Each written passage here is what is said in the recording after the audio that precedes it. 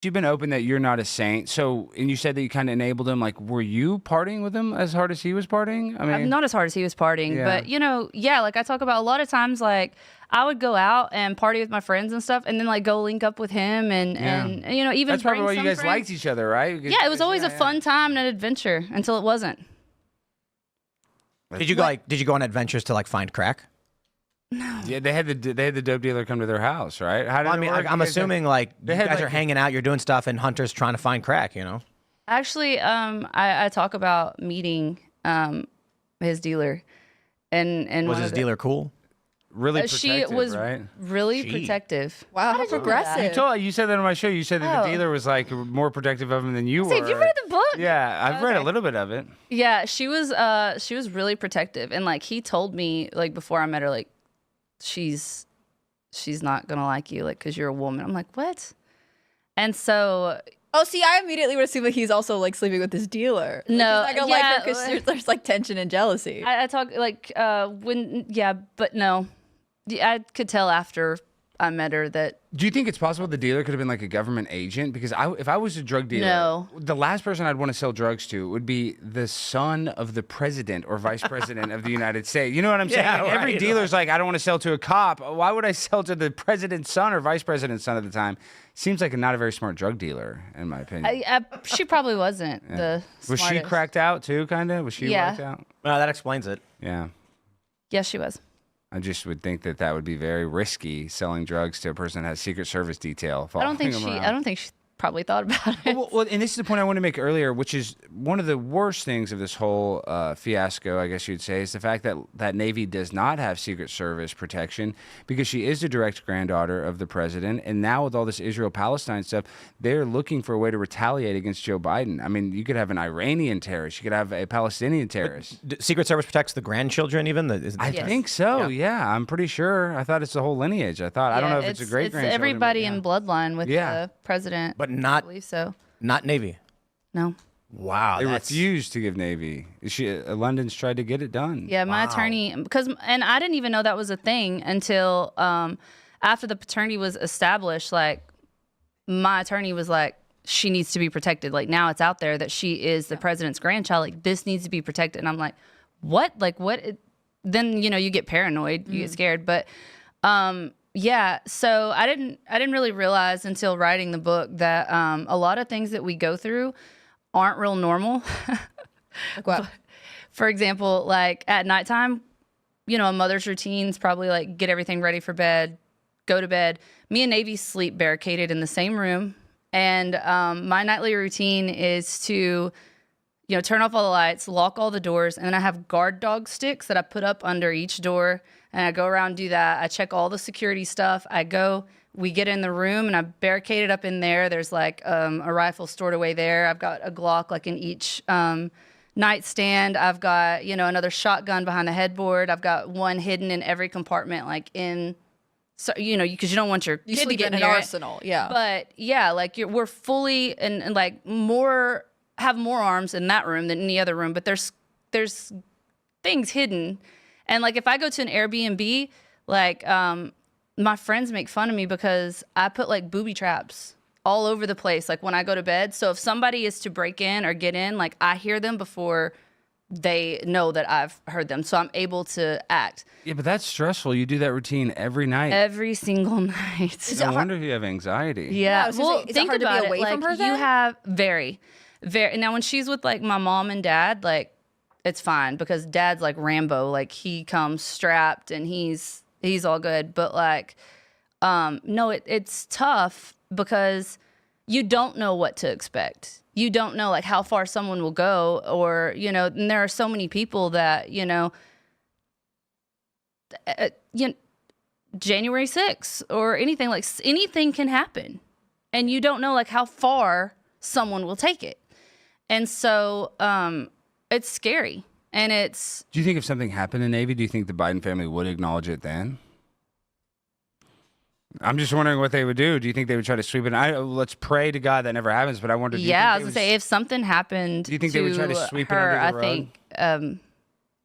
Or do you think they would? Be I almost wonder if they would try to twist it to be like, see crazy Arkansas where all the MAGA extremists live. Like I feel like they would only acknowledge it for political gain. I'm being deeply cynical here, but like that seems like the circumstances under which they would be like, how can we benefit off of this? Alex brought up the Palestine Israel stuff. I would imagine the bigger threat is the left or foreign influence. Individuals who are trying to get after Joe in some way. I kind of feel like a lot of the Trump supporters would probably be very protective. Yeah. Yeah, I don't. Well, think you know, I don't think from they would a Trump red. supporter, I just think they would blame Trump supporters. Yeah, it would be like right, but that's Palestinian why wearing a MAGA hat. But that's why I'm saying like Trump supporters would be very protective, defensive, and the left.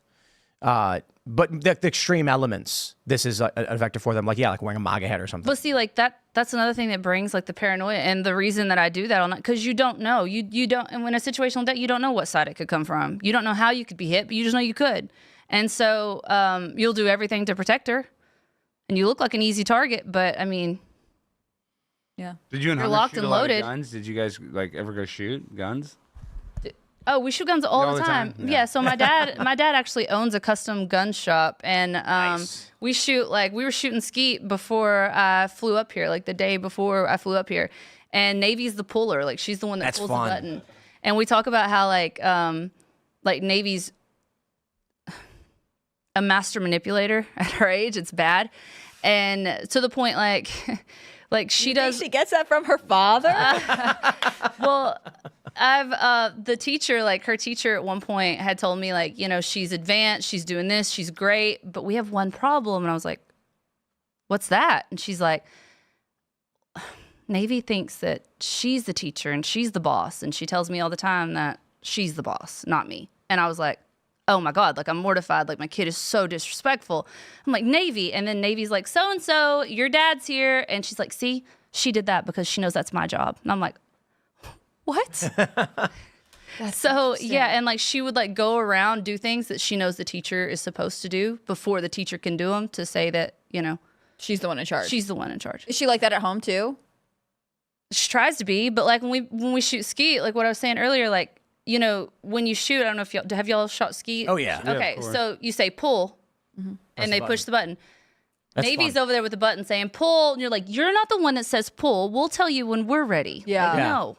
She's like, no, but I'm running the show. Yes. That's interesting. I've only ever been once, but I really do love it when they roll on the ground. Those are my favorite. And when the skeet fall on the ground and you shoot. No, they. Oh, that's trap. Yeah, they'll launch two and then one rolls on the Sporting ground. clay. Yeah. Shoots. Yeah. How did your parents react to all of this? I mean, because I can imagine it's already, if you're, not married, pregnant, whatever, it's maybe hard to tell your family. But then on top of that being like, and it's Hunter Biden's child and he doesn't want to acknowledge it. Well, I mean, they knew whose child it was when I told them I was pregnant because they knew you guys were involved. Yes, and they knew that I was crazy about him. They could tell. And I actually did not want to tell them. And it wasn't because it was Hunter's. It was because I was pregnant out of wedlock, and this is like the Bible Belt of the South. Mm-hmm. And my dad handled it a lot better than my mom did. My mom did not handle it very well. And, Joan is Navy's middle name. She's actually named after my mom. And, I talk about that a lot throughout the book. Because that was, when I was pregnant, I got into this really dark time because I'm pregnant. I'm back in Arkansas. I'm alone. I know that the father of my child is addicted and he's suffering. And, he's at a point, I saw him suffer so much that he might not, make it. And then, he might just be the first son and you're carrying, that child. And, your parents aren't real happy. You don't have just your support system, my support system was always there and was always my family, but it's tense. It's tense. There was so much that went on that it just it broke me and put me in this horrible place. Well, to Hunter's defense, though, he never asked you to get an abortion. That No. was never a thought. So, I mean, that's pretty good. Considering they love he abortion. told me that, the choice was ultimately mine and he would respect whatever decision I made as a woman. I'm just surprised he wasn't terminate that pregnancy. So Or pressuring you in some way. Yeah, that does. I mean, I respect Hunter for that. Mm-hmm. But you guys were really close. You were good friends. You hung out together enough to where, you're in his house when the president shows up. This relationship broke down once you got pregnant, or how did that? Yes. So it was once I got pregnant and I told him that I was pregnant, the relationship kind of shifted and I became like this burden to him. And so him just complete out of sight, out of mind, like just putting me to the side. And so over the next month or two, like, you know, we have contact a few times and then that's it. I don't hear from him anymore. And it was actually said like his Porsche at the time was at his parents' house in Chainbridge for a while. So like I thought maybe I didn't hear from him because he was in rehab. But I left and went home to Arkansas because what am I supposed to do? I don't really know. Have a support system. Yeah. Like I don't know what to do. And I didn't hear from him again. Do you think that he thought you would just go away? Yeah, after that was it. Like I contacted him a couple times when I was pregnant, nothing. I contacted him after I had Navy, nothing. And like his iMessage, it says it went through. It obviously went through. I think there was some article about it that was sent to me about a text message saying that I told him when the child was born or. You know, I don't know, man. Just Joe and Jill, like I'd imagine Hunter's doing drugs. He's all over the place. I can understand he's not with it. But man, I mean, his parents should have been like, get your affairs together, take care of this child. Like they should absolutely 100% the entire get-go been like, Hunter, you are doing this. We're taking care of this. This is family. I just can't believe that they went the other way with it. It's just. But I Hunter's a can't either, and I narcissist, right? I mean, Hunter A has what? to be a huge narcissist.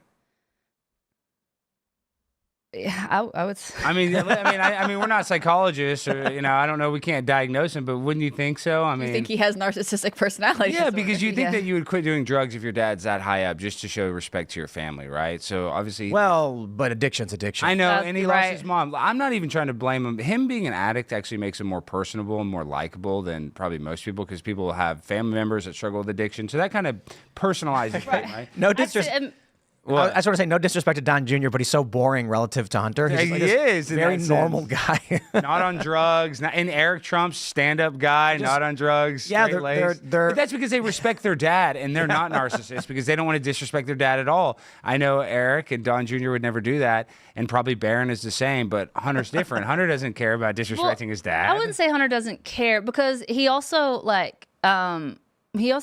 really felt like the black sheep of his family, and he felt like he was always like a disappointment and this scandal-plagued son. Like he was just like so down on himself a lot. So I mean, he it's has interesting 'cause- depression and Yeah, anxiety. I don't think it was so much like disrespect, like let's go do whatever we want 'Cause type obviously thing. he loves It his was- dad. He respects his dad. Yeah, but he suffered with that. Like he hated the fact that he felt like a disappointment to his family. But it's sort of a self-fulfilling prophecy, right? Like people who have struggle with low self-esteem also then say like, but I can't accomplish anything, so I might as well start smoking. I mean, I don't think he Yeah. actively thought, I might as well start I smoking think- crack, but like, you think you can't accomplish it, you think you're a scandal, and so therefore you like let your behavior decline. This Right. is the downward spiral. People who get overweight, it's depressing, in more than just the emotional weight. Literally depresses your physical activity, which exacerbates the weight gain. Hunter Biden is doing drugs. It makes him feel like a disappointment. So he says that he gets all depressed, so then he wants to do more drugs to get out of the depression. He's like eating ice cream when you feel bad. yeah, it's like Crack instead. how he coped with everything, like losing Bo and stuff. It just like made him spiral out of control. And people are like, how could that make some 40-something-year-old man like toughen up? Like, Yeah, but I think losing people your cope different. how old is he when he lost his brother? I mean, this was what, like. He was 45. Yeah, Or when he lost his brother? I can respect and understand and empathize with spiraling into drug addiction when you lose your brother like that. Tim, to be fair, I though, wish he didn't. I respect that. I understand how he could, want to self-medicate, but then he goes and sleeps with his sister-in-law. I think that's. Oh no, I get it. I get I it. think I'm that just- pushed him into a darker place because I think he had guilt for that. Of course, Probably I think good he that would. he did, though. Is he Yeah. a sex addict? Is that Hunter's problem? You No, think? I didn't think so. He's not. No?